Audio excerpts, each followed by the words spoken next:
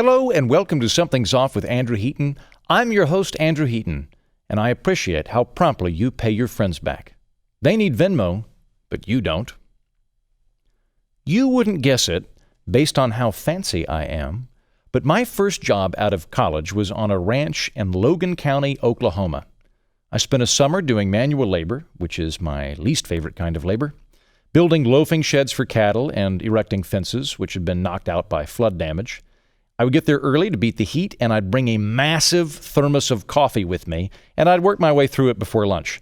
And after about a month of doing that, I realized by the time I'd finished that thermos of coffee, I would get paranoid. Not about government conspiracies or anything. When I get paranoid, I just get insecure and worry that I said things that would be taken out of context in a social situation. So I'd be operating the Bobcat, which in this context is a vehicle and not an animal, although I would love to someday domesticate a Bobcat. And I'd start worrying that my friendships were about to collapse or that I'd offended the girl I was seeing. And after a while, I realized that 4 cups of coffee is about my limit per day, because after that, I get shifty. So we've established that I'm a folksy guy who worked on a ranch and that I have paranoid tendencies after about 450 milligrams of caffeine. Let's add to that I also love a good conspiracy theory. I grew up listening to Coast to Coast AM, which is like the BBC for people who've been abducted by aliens. Check it out. It's terrific. So I'm excited for today's installment of Thinky Fun Time, where I am going to talk to an author or a think tank warlord. In today's instance, I'll bring on Jesse Walker momentarily. He is the author of The United States of Paranoia, a Conspiracy Theory, which is part taxonomy and part history of conspiracy theories in the United States. We'll map out those awesome theories, and then we'll plumb the depths of the underlying causes of conspiratorial thinking. But before I bring on Jesse, we do need to mention our show's sponsor, Toaster Insurance from Factory Farm. Now, I could jabber on and on about what a fine company this is and how important toasters are, but I'd rather play you a real-life testimonial from a Factory Farm Toaster Insurance customer. Last year was tough on the family. When we went on vacation to Branson, Missouri, our home got robbed. When you find out that burglars entered your home, uninvited, and stole things from you, it's one of the most vulnerable and helpless feelings you can experience. Also, during the home invasion, our house was carried away by a flood to a neighboring state we don't like. There are a lot of tornadoes in that state. And one hit our house and split it in 2 and carried the bedroom to a third state I'd never even heard of before. Living in 2 halves of a house in non-contiguous states put a lot of stress on our marriage. So did the meteor shower that struck our kitchen, which set our house on fire. Oh, and later, when the fire department showed up, they robbed us again. But then one morning, my son accidentally stuck a hockey puck in our toaster and ruined it. I cannot express how terrified and depressed I was at the prospect of losing our family toaster. Fortunately, there's Factory Farm. We decided it was well worth the small weekly premium to get toaster insurance. I hope your home never suffers from tornado, flood, meteor robberies like us. But if you do, I hope you've got toaster insurance so that you don't starve to death toastless.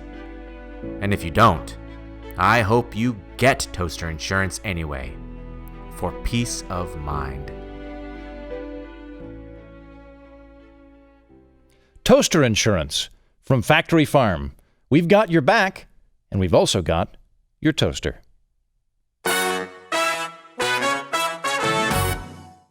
My guest today is Jesse Walker. He is a writer and the book editor over at Reason and the author of The United States of Paranoia, a Conspiracy Theory. Jesse, thank you for coming on. Hello? Jesse, can you hear me? You there? Yes. Thanks for being here. I appreciate it. So, when did you write this book? Because I think it came out a couple of years ago. I'm curious as to what the conspiracy theory du jour was when you set out to write it, and what prompted you to do so.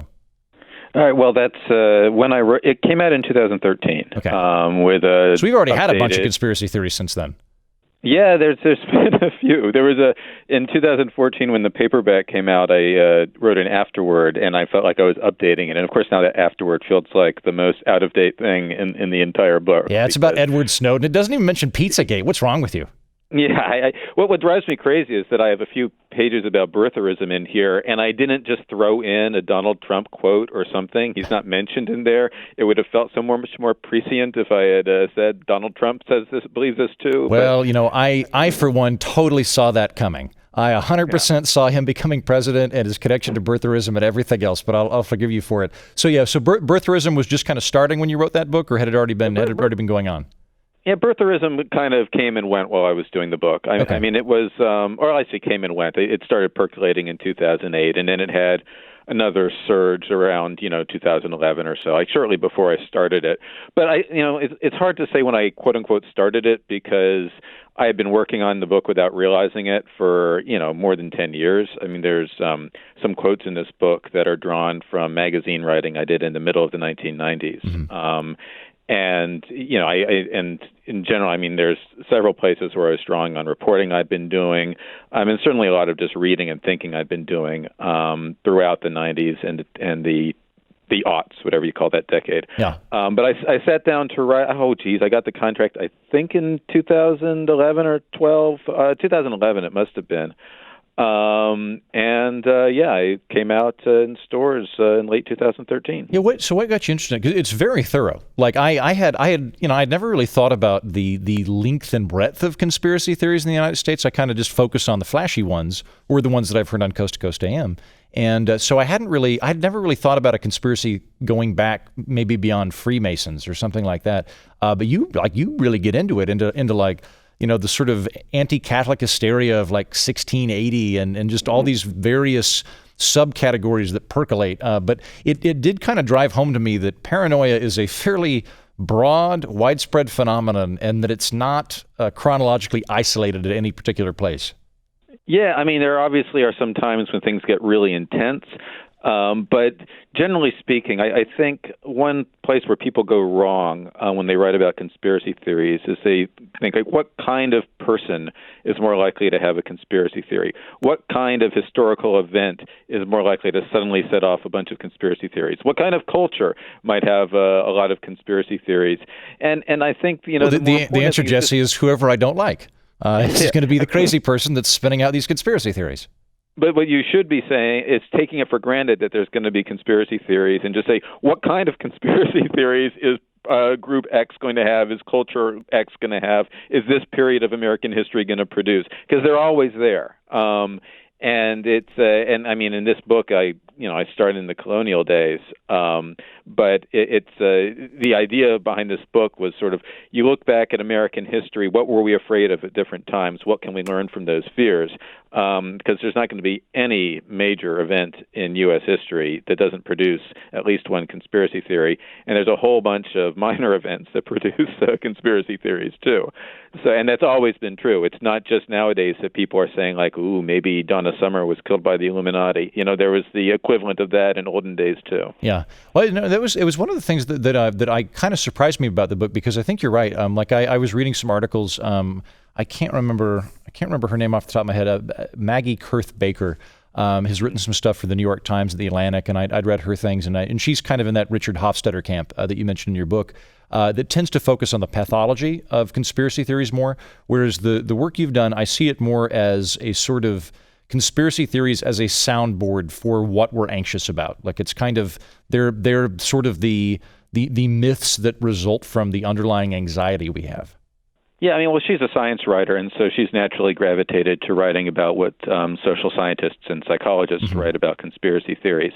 And she does a good job of summing up, what the social psychology research says. I have some differences with the social psychology approach, although I think actually a lot of them have been coming around on at least some of this stuff.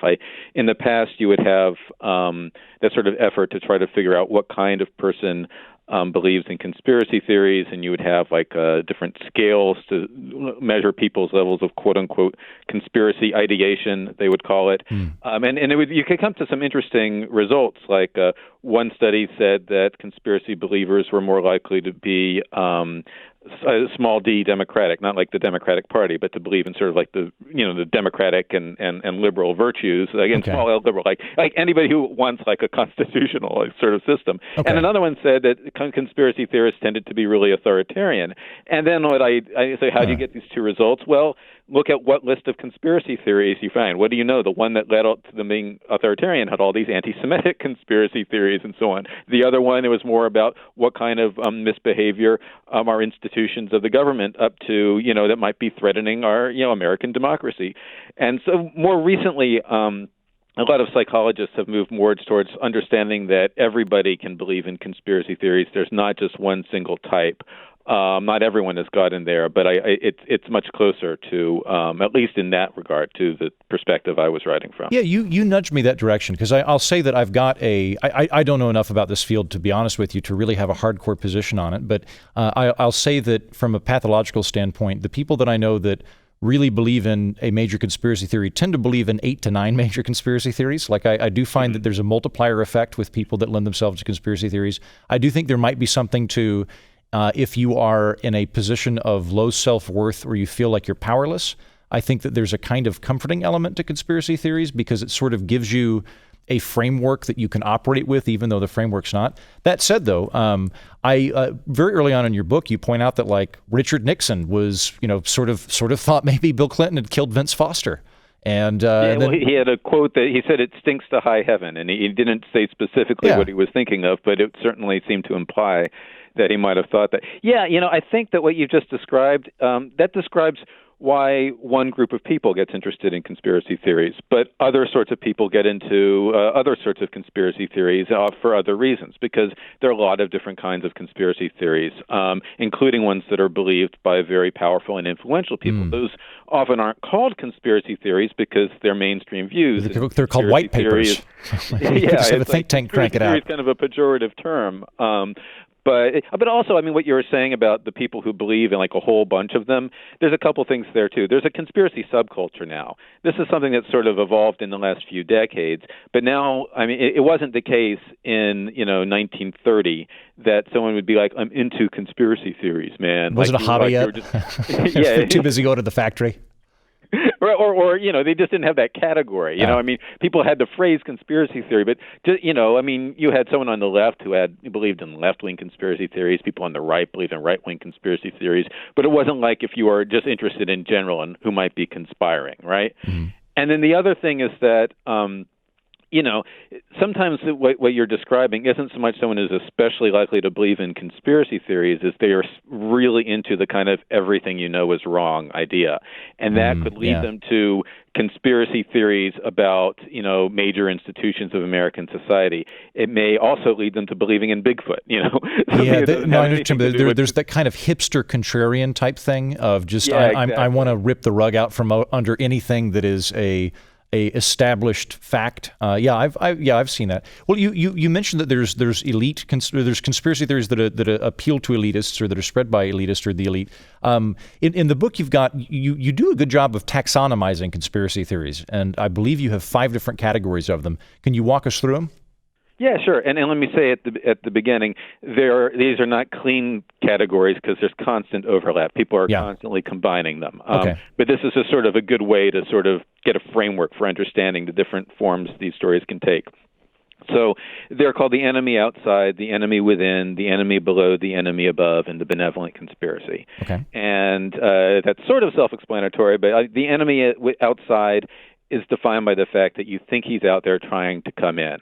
And there's a whole bunch of ideas that go with that. There's the image of the world outside your gates as an unfriendly wilderness filled with evil forces. There's a tendency to see those forces as a centralized conspiracy, guided by some sort of cabal or puppet master. And there's the fear that aliens at home could be agents of a foreign power and that they might remake your community in the enemy's image. And there's so that would be like in the 40s, that would be, or I guess in the 20th century, that would be the Germans or the Japanese that are German or Japanese Americans, but they're going to secretly convert the country to a Nazi stronghold. Or now I guess it would be like Muslims, or it would be immigrants from Latin America. Yeah, a lot of the immigration fears are like this. And then the enemy within is sort of the opposite of that. I mean, in this case, the key idea is that anyone could be or become a part of the conspiracy. And the enemy outside, the conspirators are conspicuously alien. This time the plot permeates ordinary society. So the classic example is the Salem witch trials. The great pop culture example is Invasion of the Body Snatchers. Anyone could be your sister, your wife, even yourself. You might be converted. Yeah. So then which by the way is fun when you get into the lavender scare, where it's the idea that sort of gay is a contagious choice, where you could sort of trick people into becoming gay from the international Comintern of gay people. Yeah, so the Comintern they called them. Yeah, the Comintern. Yeah, so and then the enemy below, in this case, like with the enemy within, the enemy is found inside the city's gates, but they're not indistinguishable from everyone else. They're at the bottom of the social pyramid, which they want to overturn. So in this case, like the classic historical example, was in antebellum America, the fear of slave conspiracies, people, plotting to overthrow the planter class. And there have been all sorts of other examples since then. If you want to go for a pop culture example, stop thinking about pod people, start thinking about zombies. The idea that there's this sort of bestial force that's lost their individuality, that, in the classic zombie movies, they could be controlled by a master manipulator, played by Bela Lugosi or someone like that. And in the later ones, they're just sort of appetites on autopilot, just trying to destroy everything. Then the next category is the enemy above. And this is your classic conspiracy theory. Like when people say conspiracy it's like the Illuminati theory, and stuff like that, where there's like a high up, powerful Freemason type thing. Right. These are the people who secretly rule the world or are secretly trying to take over the world and already have a foot in the door. So anything about, Bohemian Grove, the Bilderbergers, the CIA, I mean, that all fits under enemy above. When someone uses the phrase conspiracy theory, 90% of the time they're thinking of an enemy above theory. Right. And finally, the benevolent conspiracy. This gets left out a lot. But I think it's an important part of the picture. This is the idea of a secret force working behind the scenes for good. They're benign. And I don't mean in the sense of someone who says, yeah, the CIA killed Kennedy, but I think he had it coming. It's like people believing in angels or like the Knights Templar went into hiding and they're secretly waiting to reveal the scrolls of whatever. But some munificent group that we kind of know about that hasn't outed itself yet. Yeah, or that we don't know about, but it will eventually out itself. But, and it's one interesting thing about the benevolent conspiracy idea, and one reason why it has to be in the picture with the others, is that one group, say like some New Age sect, could produce a book going on about this benevolent conspiracy that's working behind the scenes to help America attain its hidden destiny. And then another group, say a fundamentalist Christian sect, could come across this book and say, aha, we found that this is the evil conspiracy working behind the scenes. There are witches. They're practically confessing here. They're the people who worship them. So a lot of ideas that pop up in one context then travel over to the other and influence the stories that are told there. That makes sense. So conspiracy theories kind of reverberate. It can jump from one group to the other. So something that might strike, like I think you give an example in there of there was a time in Boston where the mayor wanted to pass out, he was passing out something to communities, and the black community thought they were going to be sterilized. And the John Birchers thought that the black community thinking they were going to be sterilized was the black community being communist stooges trying to disassemble police credit. But like it was kind of like just a bunch of different things all pinged off of each other, like when you skip a stone in a lake. Right, and sometimes, again, they get combined, too. I mean, I said that Salem was the classic enemy within story, but at times it became an enemy outside story, too. Cotton Mather, famous, now we would call him villain of the Salem story, was speculating that, at the chief witch meetings, he called them, they were also Indians and French Canadians participating with, in order to plot, he called it the methods of ruining New England. So, these things, they morph, they evolve, they change over time, but those are just sort of five kind of classic archetypal forms to keep in mind as you sort through them. You mentioned Indians. That was something that I had no idea how pervasive Indian conspiracy theories were, and Indian sort of, like I look back and I'm like, there's like 800 different tribes, and they're rarely allied together, and it's not like it was ever a massive statist force. But when you get into the mind of Cotton Mather, it's like there are the Indians all have like one super chief who's coordinating them, and he's probably like planning to marry the daughter of the Queen of France. That way there's like foreigners involved because he's not smart enough to pull it off. But also he is literally worshiping the devil. And so there are like satanic powers that are imbibing the Indians with like hellish forces to kill all the settlers. Yeah, in fact, there was an idea that circulated among a lot of the elites of New England society that Satan had actually brought pagans from Europe after he was like losing ground to the gospel in the old world. He brought them over to the new world to let this be his territory, and that they were all sort of working for him. Now let me make it clear: this was not the way every Puritan felt. You also had things like Harvard being set up in part for the education of Indians. So you had this constant exchange and exchange between the societies, and Indians converting to Christianity, and settlers kind of going Indian and moving out to live closer to the tribes and get away from the Puritan rules.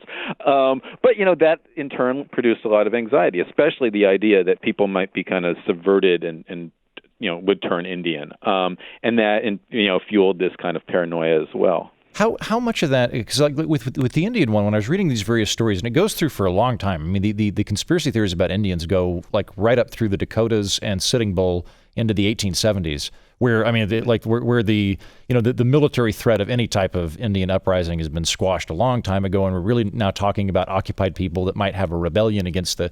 But it's still like there's these conspiracy theories. How much conspiracy theories are just people latching onto an excuse to be terrible to somebody else? Oh, yeah. Scapegoat theories are definitely an important part of this. Yeah. And that comes up a lot with the enemy outside stories and the enemy below stories. And also Catholics and Jews. Yeah, well, the Catholics are actually like the other great example of the enemy outside, sort of the converse of the Indian ones in colonial America, were the fear of Catholics, because the Indians large in history. Yeah, I had not realized quite how pervasive that fear of Catholicism was, but apparently it was a big deal. Yeah, well, at the same time that people were afraid of, the Indian conspiracies kind of embodying the fear of an anarchic new world, there was this fear of papal conspiracies that embodied their fears of the aristocratic old world that they had left behind. Now, of course, that didn't keep people from also believing that there were the Catholics and the Indians getting together, and Catholics, organizing Indian attacks and so on. You mentioned that business in Maryland around the time of the Glorious Revolution. So, all these things wind up combining and morphing and so on. But yeah, absolutely. Scapegoating is a big part of it, and just the fear of people who are different from you can be a big part of it. I was about to say that was the other thing that really struck me, is that you've come up with a good taxonomy, but all of them, or very frequently, they tend to have a very, very strong aversion to outgroup. I've got my group, and there's an outsider, and I fear that outsider, and I'm afraid that my group might have a contaminant inside of it from an outsider, but there's this very intense fear of outsiders that seems to pervade conspiracy theories.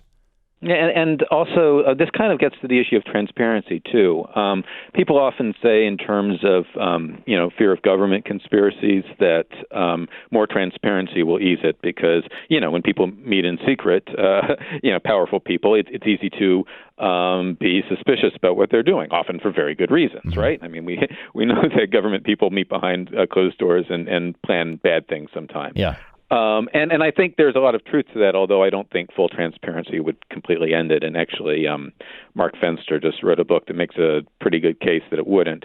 But my point I was getting to is that transparency, also applies in these. The more you don't understand what's going on in some other subculture, whether it's a different ethnic group, a different religious group, or just like I said, subculture. Just a subculture that's puzzling to you. It look like they're goths, but they look like Satanists to an outsider. The easier it is to project onto them whatever you're most afraid of.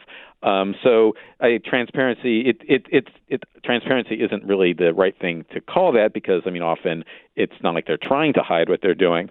But it's similar to that kind of, if you don't see what's going on, if there's any room for you to imagine something happening because you don't understand what's right in front of you, or because they're behind closed doors just because that's where they have their religious ceremony or what have you, then people can project all sorts of fears onto there. Right. Well, and actually, you mentioned Goths because I think you bring this up in the book that.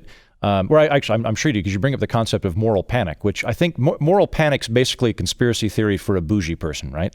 Like it's like if you go to a country club, you don't have conspiracy theories, you just have moral panic about Satanists and things like that.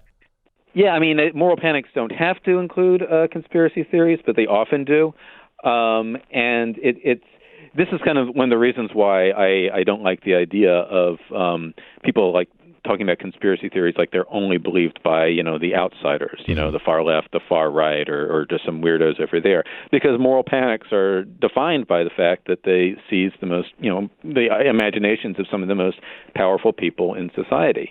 And a lot of the most powerful conspiracy theories at work right now, people don't usually talk about them as conspiracy theories because they have seized that imagination. Like a lot of the stories about human trafficking that go around, like these crazy Facebook posts that you see getting shared all over the place, where someone is in a department store and they're convinced that the person, somebody who looked at their kid is and then walked down the same aisle as them, must be planning to snatch them the moment their eyes are turned, to turn them over to a sex trafficking ring. And it's insane. That's clearly not what's going on. This is just someone being a nervous parent. Yeah, the statistics would militate somewhat against that. Yeah, but these things get shared all over Facebook, and then sometimes they get picked up by local news, and sometimes the local news station does the responsible thing and calls the local police, and the police say, yeah, we don't think anything's going on here. Oftentimes they'll do it and they won't make that call, or they'll call and they'll get some officer who will say, well, I don't know about this, but you've got to be alert, When I started at Fox Business, we covered, I don't remember, we might have even been ridiculing it. I don't remember how we came into it, but there was some local story where a child predator was skulking around. This is like 4 years ago, maybe 5 years ago. There was like a child predator skulking around a neighborhood, and then you kind of got into it, and it was like basically somebody was in a van on a street parked for a little bit, and there was like a 3-day thing of trying to find this child molester. And finally, a guy called in, and he's like, "Was it a blue van?" I think that was me. I was just like, I got off the interstate, was there for 20 minutes looking at a map, but it had blown up into this massive thing because no one had really ever put the brakes on it and been like, it was a car, nothing actually happened. Basically, a man was sighted in a van. There was a great. Do you know that Twitter feed, Best of Next Door? No. Next Door is one of those websites where people can communicate about stuff in their neighborhoods. And there's a Twitter feed called Best of Next Door, which takes some of the most strange and pathetic and otherwise screwed up things that people post there. Well, there was a great one just a few days ago where they paired these two posts. One was someone who talked about seeing a mysterious car. They thought it was mysterious and following it around for a while, trying to figure out what's going on. And he says, I've seen it in cars like it around here. I don't know what's going on. We got to be on alert. And then the other one is from a Lyft driver who was clearly the driver. There were some identifying things they were saying. I was going around late at night, and there was this guy. He was following me. It was so creepy. Nice. What's going on? Next door feedback loop. They both managed to scare the hell out of each other. Yeah. Can I throw some conspiracy theories at you, and you can kind of break them down for us and tell us how they'd fit into this taxonomy and what you think's at work? Okay. So I started hearing about rumors that FEMA was building concentration camps back when I was in high school. I started hearing about that. It was the idea that we've seen these photos in the desert of FEMA, and there's these camps, but the barbed wire is pointed inward. And if I'm not mistaken, I think it's kind of jumped back and forth between Democrats and Republicans depending on which president's in office. But I might be wrong about that. No, you're right. This first started circulating in the 1980s. It couldn't have. FEMA was started in the Carter years, so it couldn't. Although before then, you had versions like under Nixon where it wasn't FEMA, but there were rumors of concentration camps being constructed. But in the 80s, and this actually I don't want to get into the details, but there was sort of an ancillary Iran-Contra story that involved planning for possibly detaining people during some sorts of disasters, and that kind of got blown up into the first version of this story. And then in the 1990s, the militias got their hands on the story, and it became more of a fear of Democrats turning fascist and doing this. So it flipped back and forth, and then it kind of got infamous again about a decade ago when Glenn Beck brought it up, and then did another show where he said, I don't think it's happening, but he investigated it. So he did clarify he didn't think it was happening. Yes, he should. This is the Blaze, so I should stress that. I remember it was he made the mistake of not saying that on the first broadcast, and then he says, "Well, we're going to look into this," and then he does another one where he says, "Well, we looked into it, and I don't think it's happening." Okay. But that happened under Obama, so it's very so in that time again it was pointing rightwards again. Pointing leftwards again. So this flits back and forth. Obviously, it's an enemy above story. It's a case of where, because I mentioned like the Iran-Contra angle, where there's some degree of, some grains of truth that then got, built up into this much more elaborate, apocalyptic plot. And it's, even if FEMA were dissolved, as long as you have people in power and people outside of power who are afraid of the people in power, you're going to have versions of this story, because that's just a classic fear that, the country would go fascist and, people would be put in camps. There's obviously historical examples of that happening, and because we did do that with Japanese people, so it's not like that's completely out of the it's happened sometimes in American history. Right. Yeah, and in fact, it's happened driven by conspiracy fears. I mean, the fear that in the case of the Japanese, that they were just by virtue of being ethnically Japanese, they would be a fifth column for Imperial Japan. And it's happened at other times. We mentioned, you were talking earlier about Indian conspiracies. There was during King Philip's War in New England, the internment on Deer Island, where people were what were known as the praying Indians. These were Indians who had converted to Christianity and were allied with the colonists. But during the war, there was this fear went up that they could be, again, a fifth column. They didn't use that phrase back then. And be working behind the scenes for the Confederation that was, fighting against the colonists. And they wound up being interned on Deer Island. Scads of them died. I mean, it's actually like one of the worst. I think there was a quote from colonial America. A very sympathetic English settler who was basically like, people are afraid of Indians and they can't go kill the Indians outside the gates, so they're just going to kill the friendly ones that we have on this island. It was a terrible, terrible thing. Yeah. Yeah, I mean, that's war fever crossed with bigotry, and it's and that's all that conspiracy fears. When they take that form of war fever crossed with bigotry, that's when they can be the most destructive. So what about, because a lot of the conspiracy theories have that outsider element to them. What about something like the moon landing, where the conspiracy theory being that it's all a hoax that we did on a sound stage and that we've never actually been up there, that kind of thing. So with that one, there's not really a nefarious element to it. How does that play in? Yeah, I mean, it's an enemy above theory, because the idea is that NASA, faked this, and NASA is a government agency. But obviously, that's a classic example of a completely harmless one. It's a nutty one. I mean, that's actually one reason why people always bring up the moon landing in certain contexts, talking about conspiracy theories, because on the one hand, it's one everyone can kind of point their fingers at and say, yeah, that's nuts. It's not something like where, you'll have if you say, hey, the JFK assassination, well, more more than half of the I was about to say, apparently 70% of the people in America think that was somebody else is involved. They'll argue with you, but with the NASA, in the faking the moon landing, almost everyone would say, yeah, that's nuts. But at the same time, who is afraid of someone who, there's no sort of counterpart to the Pizzagate fan who showed up at the pizzeria with a gun. I've never heard of anyone showing up at NASA with a gun and saying, and then I say to show us the photos. Yeah, maybe now someone will write me and say, "Oh, you didn't know this happened in 1977, and it should have been in your book." But yeah, so it's both nutty and harmless. So it's always people like to bring it up as kind of a fun discussion. I don't think there's that many people who believe it. I knew a guy in college who believed it, and he was one of those everything you know is wrong kind of guys. He just wanted excuses. Can I tell you the best? I heard the best moon landing theory recently. I loved it. So this is the theory. The theory is we did go to the moon. We absolutely did it. We didn't realize that radiation would screw up all of our photos. So when we got back, we faked it. And I'm like, actually, if there are any problems with the moon landing, we're like, oh, that photo doesn't match up. It actually kind of solves that. So I read that. I was like, oh, I really like that one. That's almost a benevolent conspiracy right there. Yeah, you're right. That is. Well, hold on. So a non-benevolent one, and I wanted to ask you about the idea of false flag operations, because I feel like those pop up. So you mentioned showing up with a gun. Sandy Hook a few years ago, I think the really big voice in the Sandy Hook massacre, that it was an inside job, was Alex Jones. He's sort of the one that's like sort of the celebrity conspiracy theorist who's most closely associated with it. I don't think he was one of the. I don't think he originated it. Mm-hmm.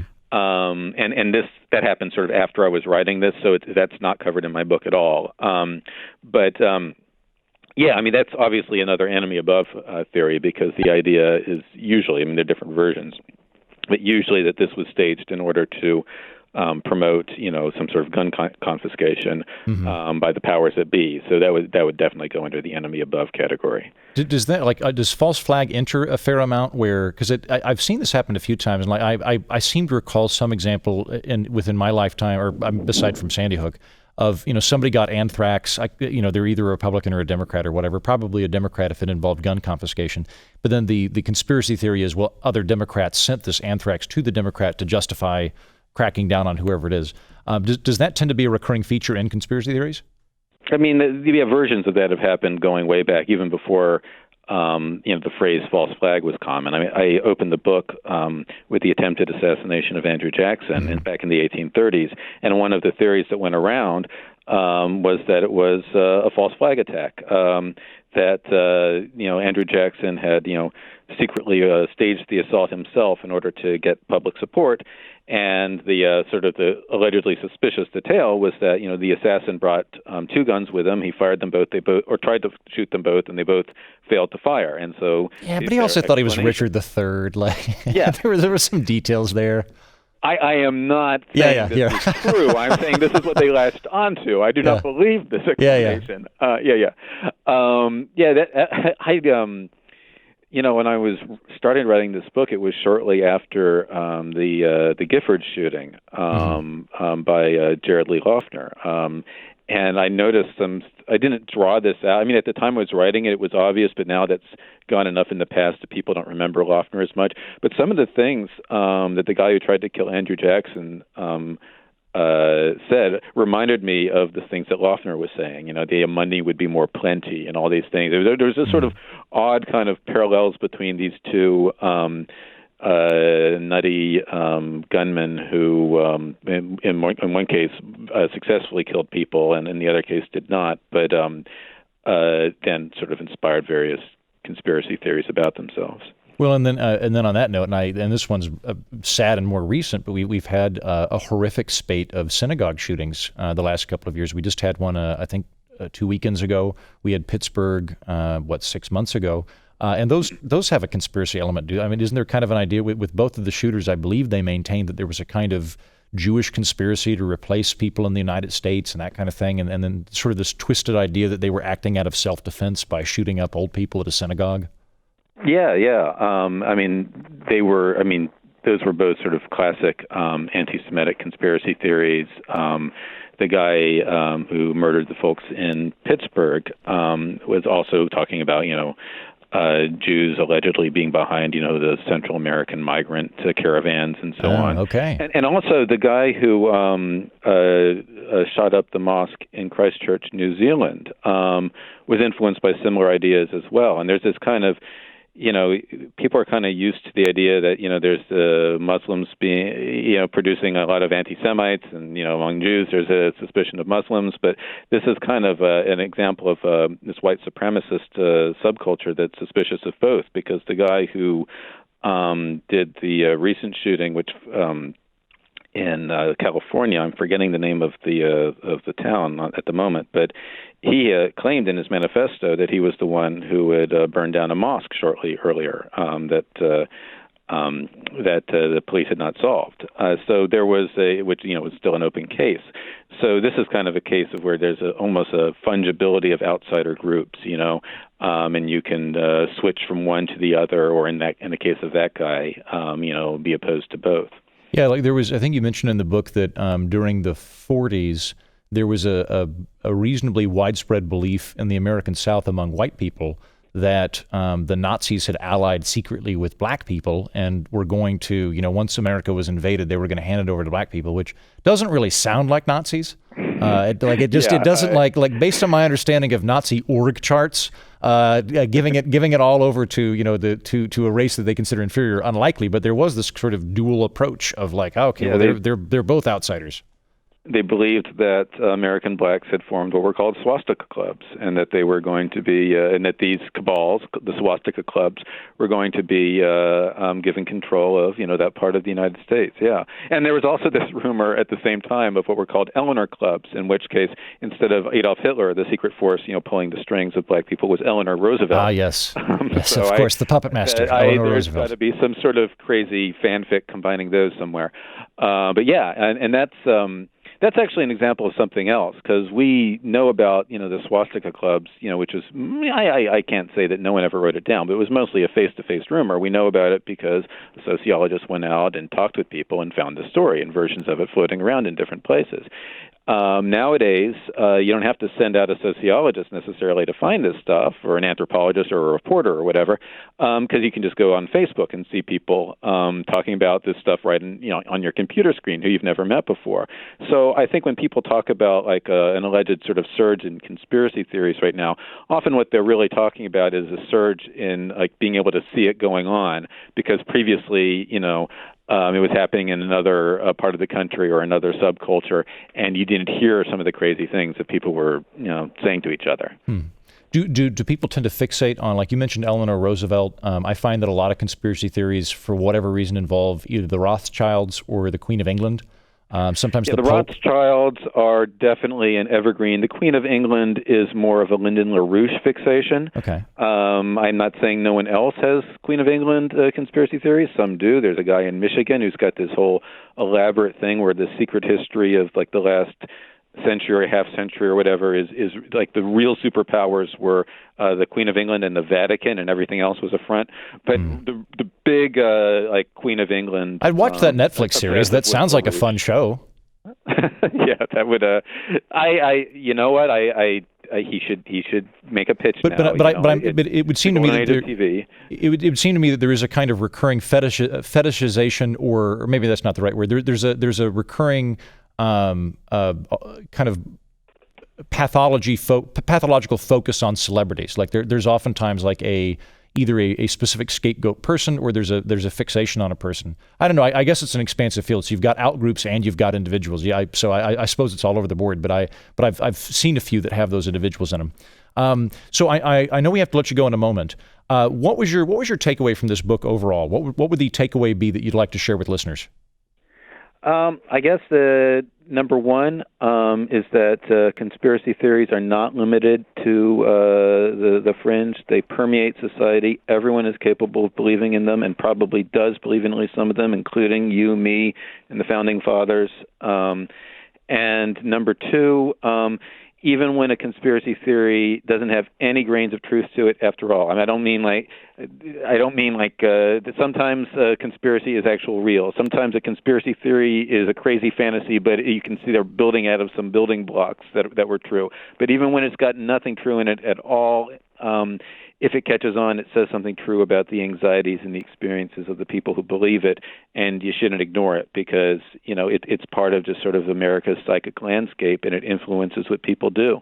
I think I enjoyed the book. I think my takeaway from it is that if you ever find yourself focusing on a conspiracy theory in order to justify being a dick, you should probably take a step back, because I see so much in that book of people just being horrible to gays, Jews, Catholic, Indians, and all these other things, and then they can kind of go, right, but look, they've got this secret group that's going to do something bad to us, so we can beat them to death with a shovel. So that's my takeaway: is be nice when you start focusing on these things. Well, if people read my book and decide to not be a dick, then that's a nice takeaway from it, even if that wasn't what I had in mind. Great. Jesse, thank you for coming on. Thank you very much. Thanks for having me.